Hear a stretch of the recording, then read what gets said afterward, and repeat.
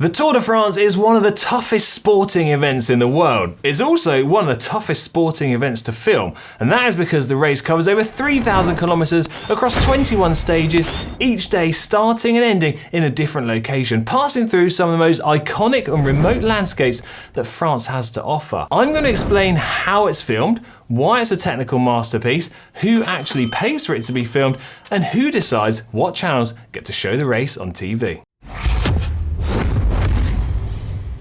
Filming and broadcasting the Tour de France for over 2.2 billion people each year to watch is a far greater challenge than filming sports which take place within a stadium or static location. The simple answer to how this is done? Well, there isn't one. Filming is done using a combination of motorbikes and helicopters to capture live race footage. These have separate pilots and camera operators and have the ability to move their position almost anywhere within or above the race. You've got 5 camera motorbikes for filming, a load of others for photographers, plus others for race officials, plus others for safety marshals, plus others for neutral service. Thankfully though, there are still more bikes involved in the Tour de France than what there are motorbikes. The incredible aerial shots of the race and scenery is done by multiple helicopters, typically an AS355 if you know helicopters, which I most certainly don't. In fact, there are 2 AS355s, which are dual-engine aircrafts capable of carrying up to 5 passengers, travelling at speeds of 280 kilometers an hour and has a range of up to 750 kilometers. These helicopters are fitted with 3 5-axis stabilised cameras, one at the front, which has got a wide lens, and one at each side with a long focal length camera. In addition to the AS355s, there's also an AS350, which is a smaller, lighter aircraft which has just one engine and no cameras.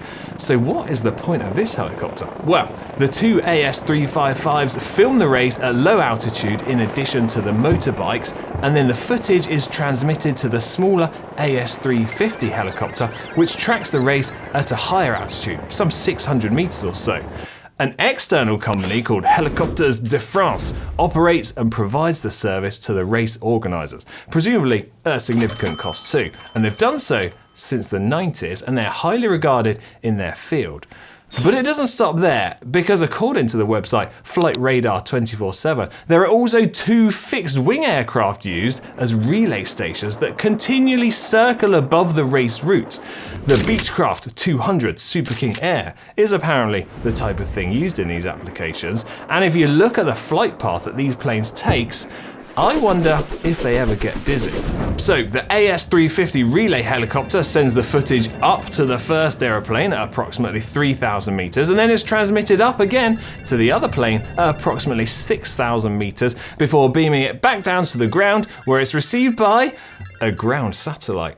Typically, these are positioned at the race finish location each day, and depending on the race distance and the terrain in that area, there's sometimes an additional ground satellite halfway along the race route to ensure that there are no signal dropouts. That process in itself is pretty mind-blowing, and this ensures that the world has the opportunity to watch the Tour de France live on television with almost no delay, and all being well, without any signal dropouts.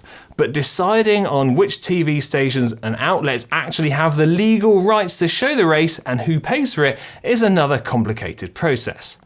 First, who pays for the Tour de France filming? Well, the Armoury Sports Organisation, or ASO, who organise and own the race, pay a company called Euromedia to produce the race coverage. Euromedia work with a television company called France Télévisions to cover the event each year, providing all of the necessary equipment between them. So things like the motorbikes, the helicopters, the planes, the trucks, the cameras, and the satellites. The ASO are the owners of all of the race footage and will sell the rights to show it on television to various broadcasters around the world for fixed periods of time. The broadcasters are companies like ITV or Eurosport. These broadcasters then become rights holders. Some of the agreements between the ASO and broadcasters will be exclusive, meaning that no other broadcaster can show the race in the same countries, whilst others will be non-exclusive, such as Eurosport and ITV here in the UK. Broadcast companies look after their own productions, such as the pre- or post-race shows and the live race commentary. Now, the Tour de France and lots of other races are often supplied with an audio commentary, and then the rights holder can either choose to use that commentary if they want to save on costs, or they can use their own own commentators instead. Plus, there's also an ambient sound option, which basically just means you get the background noises of the helicopters and the crowds. The producers of the race will choose which camera footage is being shown on TV at any one time, and a broadcaster like Eurosport or NBC generally won't get to pick and choose the camera footage which they show at any given time, which means everyone around the world effectively sees the race in the same way. The amount of money the ASO sell the race rights for will vary hugely, and as I'm sure you can guess, is a closely guarded secret. But essentially, broadcasters need to estimate if they can cover their costs and generate a profit against what the ASO is charging them. This will be through things like TV commercials and digital subscriptions. So there you go, that is how the Tour de France is filmed and why I think it's a technical masterpiece. Let me know your thoughts on this in the comment section down below, and don't forget to subscribe to GCNTech and turn on your notifications to see more interesting bike tech related videos. Love you, bye. I actually scripted that in. Love you, bye.